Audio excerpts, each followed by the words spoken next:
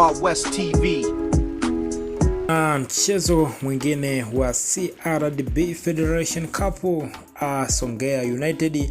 alikuwa mgeni pale katika uwanja wa KMC Complex, mwenyeji akiwa ni Young African,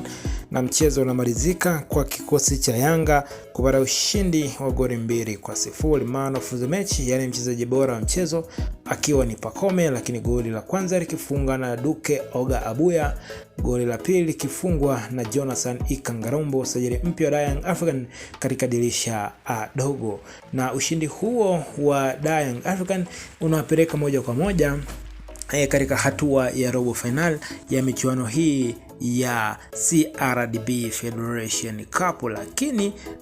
baada ya kumalizika tu kwa mchezo huo, mapya yameendelea kuibuka kuelekea mchezo wao dhidi ya Tabora United, mchezo ambao utapigwa siku ya tarehe 2, huku kikosi cha Young African wakisema kwamba huo ni mchezo wa kulipa kisasi, mchezo wa kisasi dhidi ya kikosi cha Tabora United baada ya Young African kupoteza kwa goli 3-1 katika uwanja wa Azam Complex dhidi ya Tabora. Na kuelekea sasa mchezo huo, Ali Shabani Kamwe,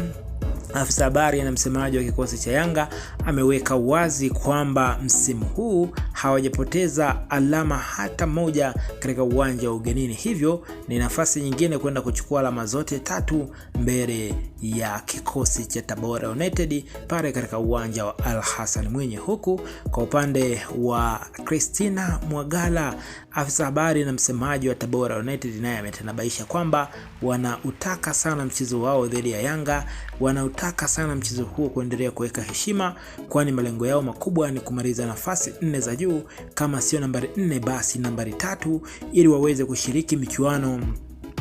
ya kimataifa. Hapa namaanisha kombe la shirikisho barani Afrika, kwa sababu mpaka sasa hawana uwezo kuchukua ubingwa au kana